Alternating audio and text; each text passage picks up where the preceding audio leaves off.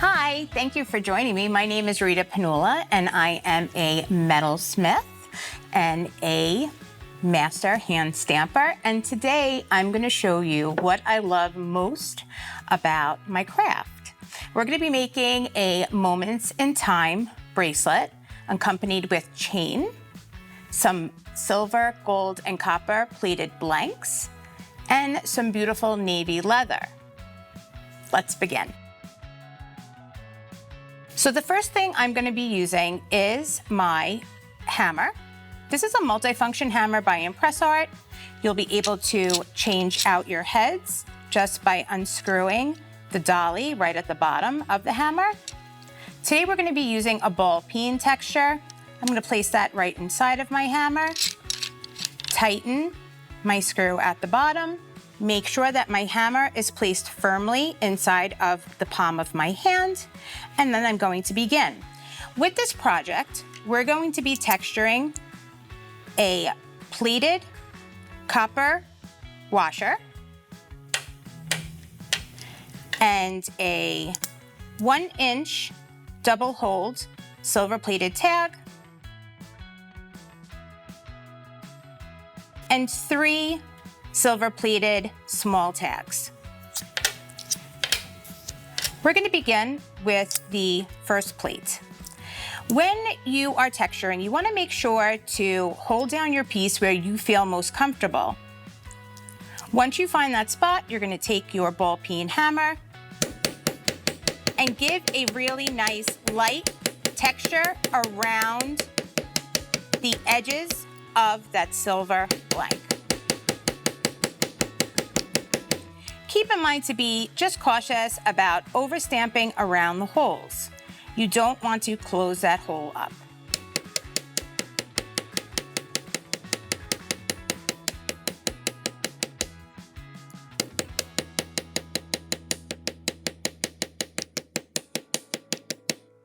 Once you're done going around the outskirts of your silver-plated blank, you're going to put that aside and you're going to take out your highly polished copper-plated blank and you're going to go right around the edges of this. Now, I'd like to give you the opportunity to maybe go a little rogue and design however you like to have that really nice texture look on your blank. So feel free to, now that you know how to use your ball peen hammer, to go around in any kind of pattern that you might like. So I'm going to come in and I'm going to texture half of my blank. So I'm going to put my finger where I feel more confident and begin to texture. Now, when you're using your ball peen hammer, you want to make sure to get your impressions as close together as you possibly can, because that is going to make your piece really stand out.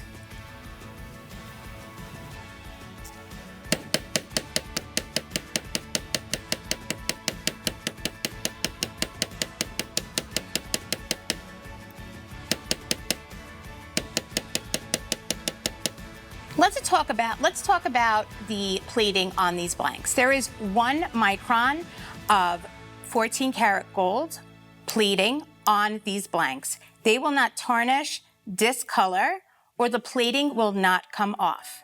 With that being said, you want to make sure not to use a buffing block on these pieces to remove the plating on it, okay? But using a texture would be perfectly fine. So we're now going to come in and we're going to use our letter set. Now you could use Homeroom or you could use Signature, Scarlet Signature on these pendants. I'm going to use Scarlet Signature. I'm going to come in with the letter set and the letter that I want on one of my tags. I'm going to make sure that the Impress Art is facing me. That's to ensure that I'm stamping in the right direction. I'm going to come in, place it right in the center, take my 1-pound hammer and give it a nice hit. And there is my L. I'm going to come back in and lightly texture around the bottom edge of my blank.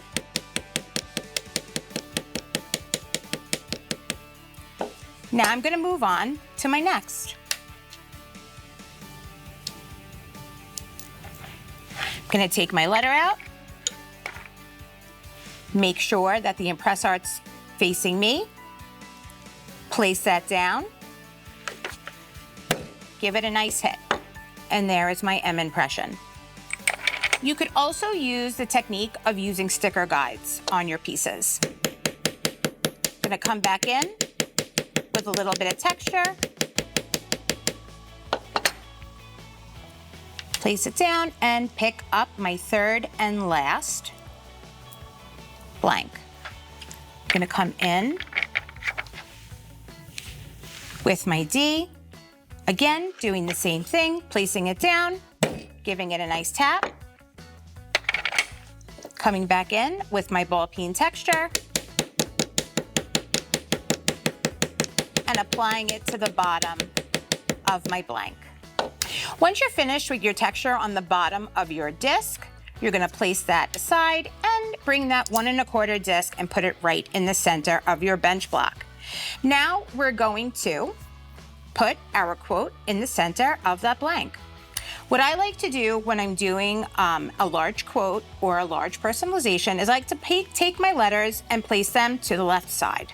So I'm gonna take my letter set and I'm gonna pull my letters out, making sure that the letters and the impress art are facing the ceiling. So my quote is enjoy every moment. So I am going to take those letters out.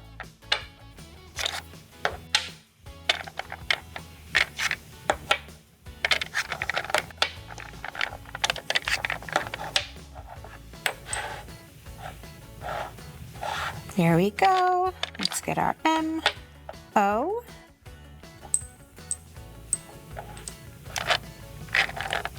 E, N, T. There we go. So now that I have them to the left, I have my hammers on my right, I'm all set and ready. Now you could either do this by eye, or you could use the impress art sticker guides, or you can use a tape. We are going to go with the curvature of the blank today. So I'm gonna start with my E. I'm gonna make sure the impress art again is facing me. I'm gonna place that down right on my block, following the curvature of the ball peen texture that I just stamped. There is my E and my N, my J, my O, and my Y. You want to get in the habit when you are stamping to make sure that the next letter that you stamp is covering 1/3 of the last letter that you have your impression in your metal. So for example, let's take my E. So I have enjoy. We're gonna do every next. Here is my E. Now it's important that when you are stamping your next letter, that 1/4 of the last impression stamped is being covered by the stamp that you are currently using. So I'm gonna just show you quickly what that looks like. So there is my E.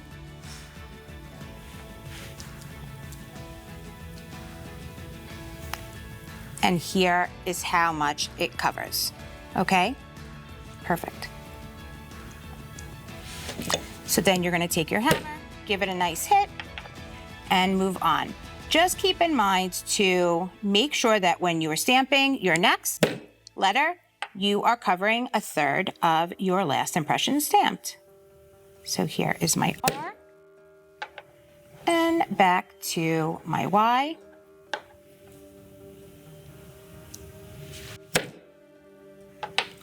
And now we're gonna do moment for the last. So now just how we followed the edge of that texture up at the top with our enjoy, we're gonna do the same to the bottom. So my M, so I'm gonna take my M, give it a nice hit, perfect, and then my O, come back in with my M. And again, I'm following the curvature of that texture. And my E.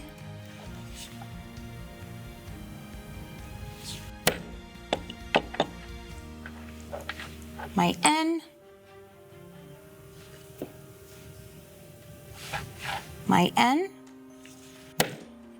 And last but not least, my T. And there you have it. So once you're done with all of your stamping on your plates, you're gonna take all of your pieces, put them on your block, and then come in with your enamel marker.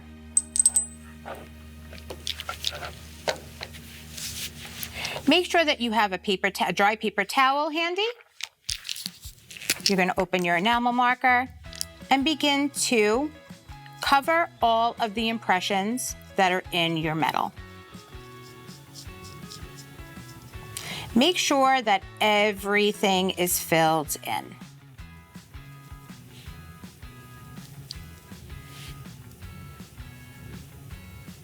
Okay, then you're gonna come in with your texture, run your marker over your texture just so you get a little bit of patina in there. And then you're just going to let it dry for a few seconds. The way to test your enamel is just to take your dry household paper towel and lightly blot. When you see that it is dry, you're going to lightly wipe. This is going to make sure that all of your impressions will pop right off your metal and they'll be easy to read.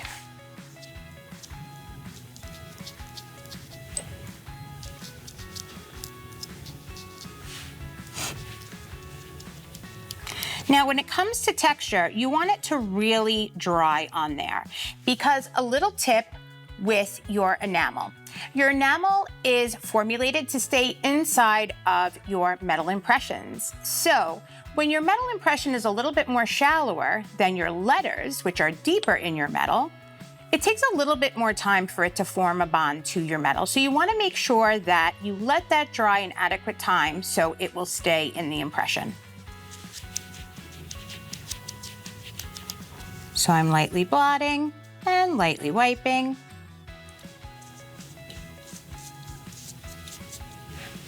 And now I'm doing the same to my texture. And now I have all 5 of my components nicely patinaed, nicely textured, and I'm ready to put my bracelet together. Now we're gonna assemble our bracelet. You're gonna take your leather, you're gonna fold it over to about 6 inches. Take your cutters, give a nice snip, and we're going to put a lark's head knot right through that washer.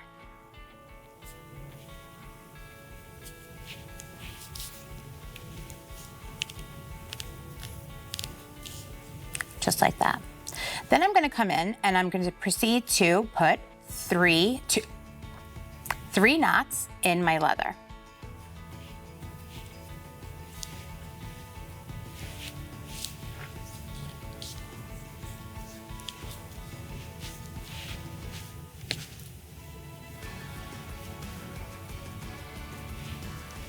You want to make sure that you have a fingertip length in between each knot.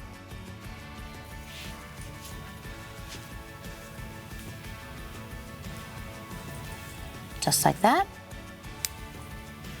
And the last.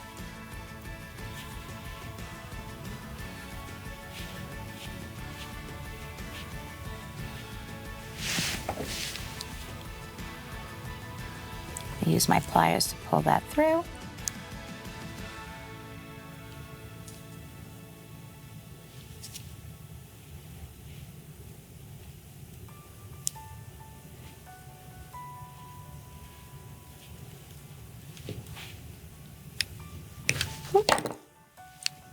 You want to make sure that they're nice and tight because your jump rings are going to go in between all 3 of these spaces. Just like that. We're going to come in and just cut to make sure that your pieces are the same length at the end. And now we're going to come in and we're going to give a nice curve to our center plate. You're going to use your bracelet bending pliers for that. You're going to put that right inside of your pliers, right in that center, and you're going to give it a nice squeeze. And what that's going to do is that's going to form a nice bent plate so it is comfortable on your wrist. All right, so the next step is to place your leather through the top of your stamped plate. You're going to take your leather, bring it towards the back,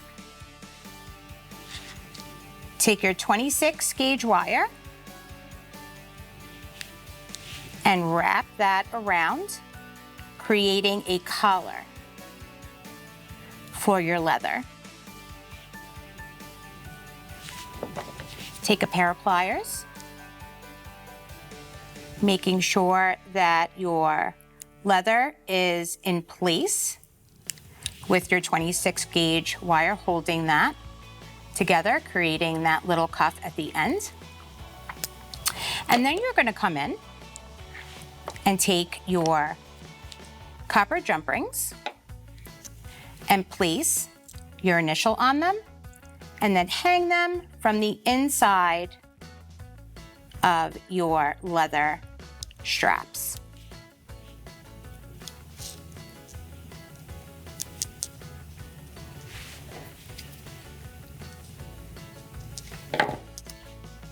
And you're going to do the same to the other 2 blanks. Now, what I liked about these plated blanks is that you can actually change up your leather. You could change up the color of your blanks to really reflect the seasons. So this bracelet was more of a bronzy summer edition, and I wanted to do something a little bit more fall inspired. So all I did was change my leather from a metallic brown to a really nice deep navy blue. So here's the first portion of your bracelet, and now we're going to attach the chain. So you're going to place that aside. You're going to come in with your chain and double it. Okay, now I would double it about 4 inches. I know I have more of a 7 and a half, or sometimes an 8 size wrist. But I'm just going to take my chain, give a little clip, and with it folded in half, I'm going to come in with my copper jump ring, place it right in that center, and string it through the other end of my center blank. Okay, now you can put it around your wrist and take a look to see if you want any of the chain, the links to be removed, personal preference, but I'm gonna come in, wrap it around, and just see where I am. And I did cut about 3 inches, and this is perfect for my wrist size. So now I'm going to take another jump ring and place it inside the hole on the opposite end of my washer.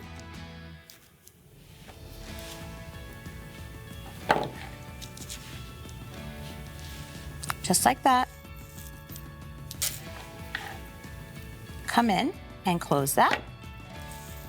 So what we're going to do on the other end is come around, take one more jump ring, open that up,